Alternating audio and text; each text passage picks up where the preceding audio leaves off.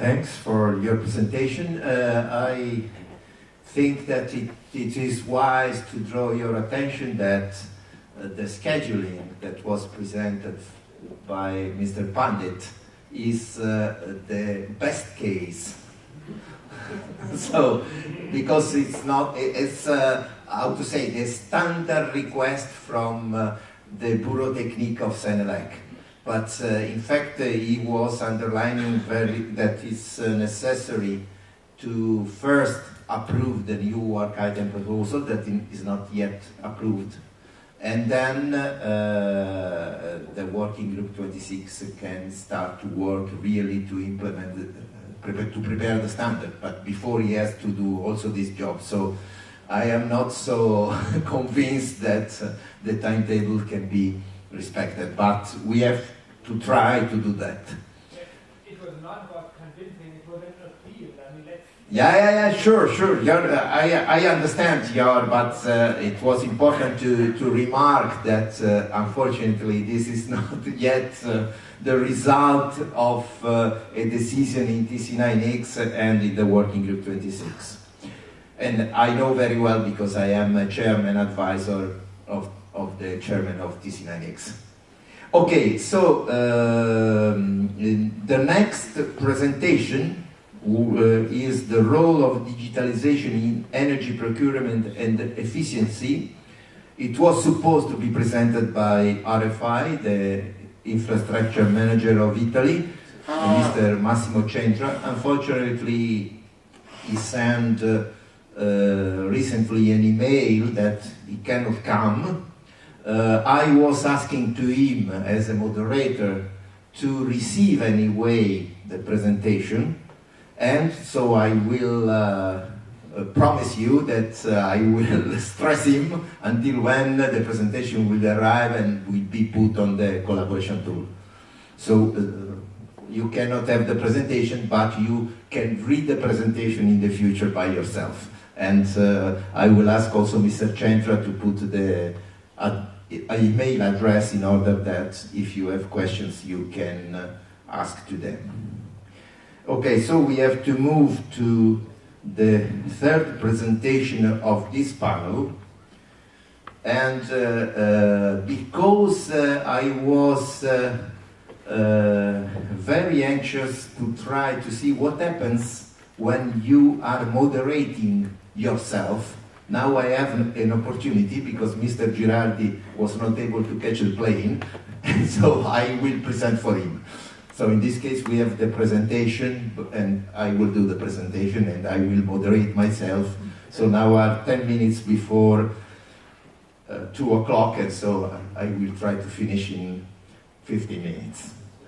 Yes, this one from Mr. Girardi? No, it's not this one. Yeah. Okay.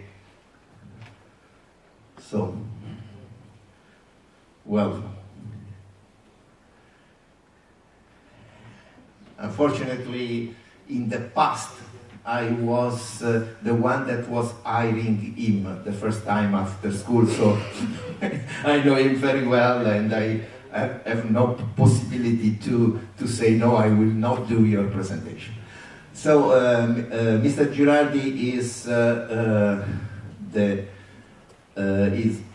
the technical director and research and development chief in MIOS. You heard yesterday already a presentation from MIOS that was not really about MIOS technology, but it was about the train-to-ground communication, because Mr. Predonzan that was presenting yesterday is the convener in ICTC9 for the train-to-ground communication working group. Okay, let's go on. So, this presentation is on a new approach to event recorders. I think every one of you knows very well what is an event recorder on board on train and which is the purpose. So typically what these event recorders are recording are train speed, traction related information, brakes related information, train geographical position, equivalent false status and ancillary information.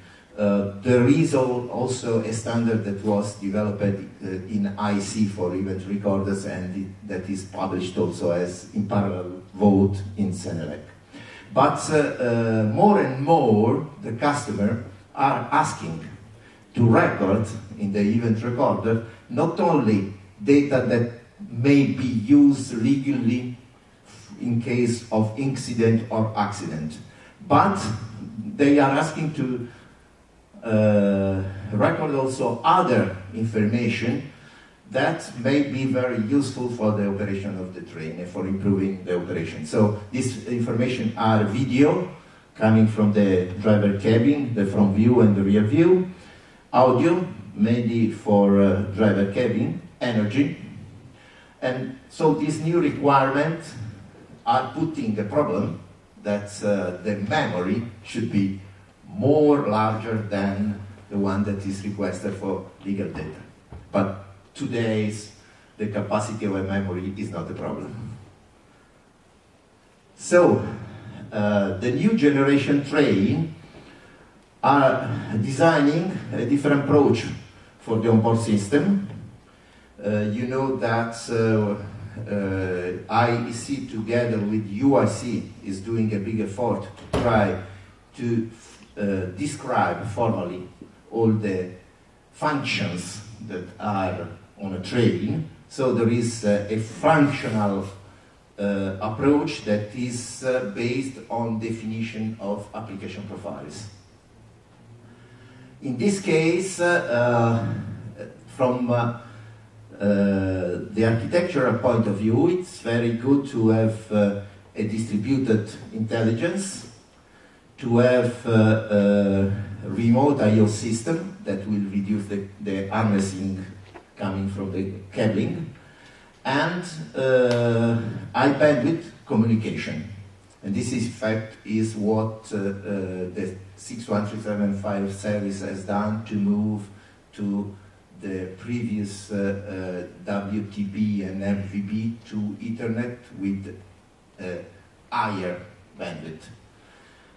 There are ancillary services like passenger advisory entertainment system, maintenance data collection, and energy management. Obviously, these ancillary services are considered ancillary because you can operate the train even though you have not these services, but nowadays these services are going to be a must.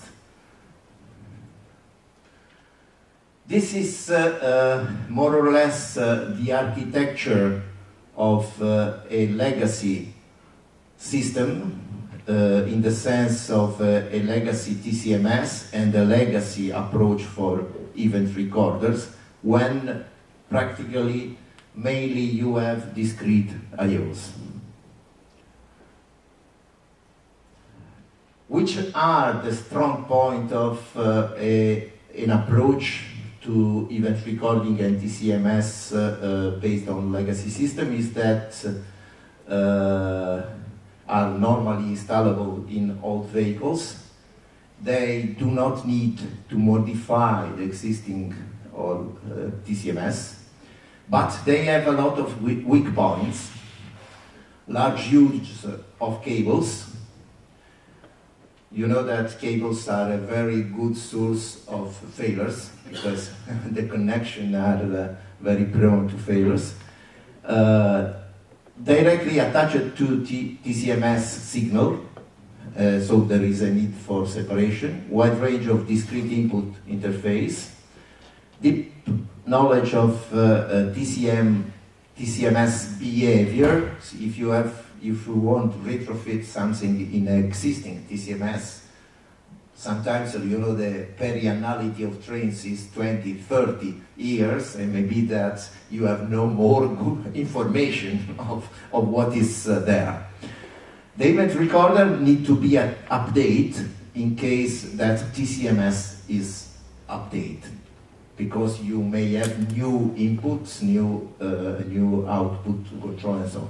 Video and audio recording is practically impossible because there is no room for the memory, and there is really a weak level for data security.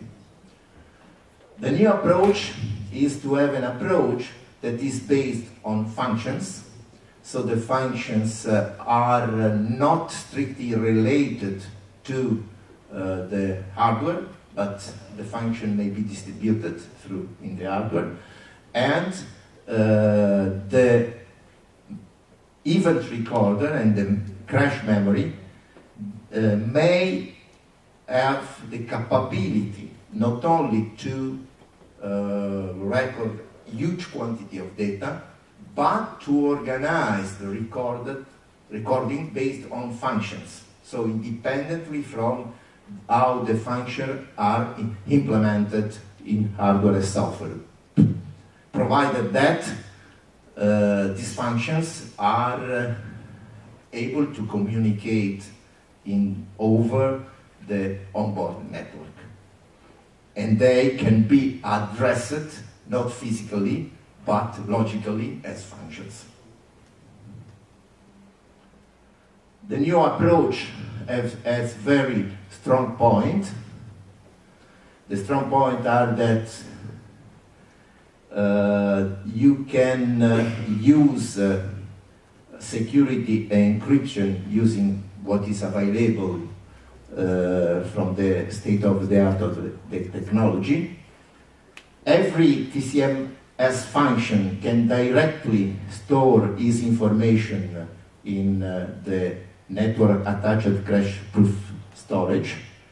The new TCMS function that can be added are not asking for an updating of the event recorder, because the event recorder is already designed to accommodate functions, and if you add the function, you have only to inform with some programming parameters the event recorder of this situation. More information are available for use, also can be used for maintenance. No discrete inputs interface are needed, because normally this is obtained from the network, and if you have to accommodate some new inputs, you can use remote I/O for that. There is a high data integrity, because the data can be protected with security technique, and video and audio storage can directly come from the source. And obviously, we have already said we have a large storage capacity and high bandwidth for the transferring the data. The weak point is that this obviously is not suitable to be retrofitted in existing vehicle that they have no a modern communication network, and that the event recorder is integrated in the TCMS. Maybe that some customer can ask to have this separate. Okay, so maybe I was also enough fast for that, and here I think we can say thank to Mr. Girardi for this presentation, and you can say thank to me for presenting you.